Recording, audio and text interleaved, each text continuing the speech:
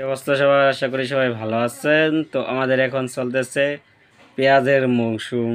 পেঁয়াজ লাগানো প্রায় শেষের দিকে। পেঁয়াজের চারা লাগাবে জমিতে, চারা থেকে কিছুদিন পরে পেঁয়াজ হবে।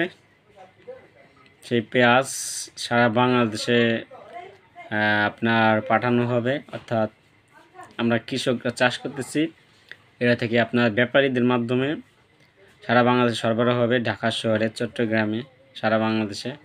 তো আপনারা সাশ্রয়ী মূল্যে খেতে পারবেন এবং কৃষকরাও তাদের ন্যায্য মূল্য পাবে।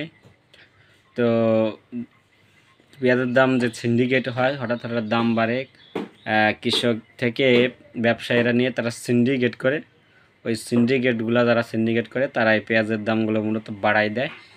এই কারণে পেঁয়াজের দাম বেড়ে যায়। তো কৃষক আসলে তাদের ন্যায্য মূল্য পায় না। যারা সিন্ডিকেটকারী তারা এই সিন্ডিকেট করে পেঁয়াজের দাম বাড়ায় দেয়। তো কৃষক ন্যায্য মূল্য পায় না। কৃষক ন্যায্য মূল্য পাইলে আসলে সেটা ভালো। 50 থেকে 100 টাকা কেজি, যে চাষবাসের যে খরচ, 100 টাকা করে কেজি পাইলে কৃষকের অনেকটা ভালো হয়, কৃষকদের লাভবান হয়। তো আগে ছিল ডিজেলের দাম 62 টাকা। তো শেখ হাসিনার সরকার তিনি এসে 108 টাকা 10 টাকা লিটার করে। তো এই কারণে পানি দেওয়া, জমিতে সেচ দেওয়া, ডিজেল, পেট্রোল এগুলোর দাম বেড়ে গেছে।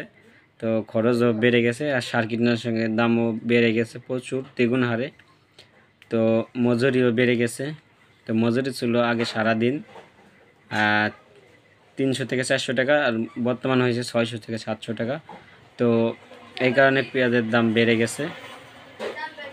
তো সামনে 100 টাকা যদি কেজি থাকে, অর্থাৎ 50 থেকে 100 টাকা, তাহলে কৃষক অনেকটা লাভবান হবে। ধন্যবাদ সবাইকে, ভালো থাকবেন, বাই বাই, টাটা।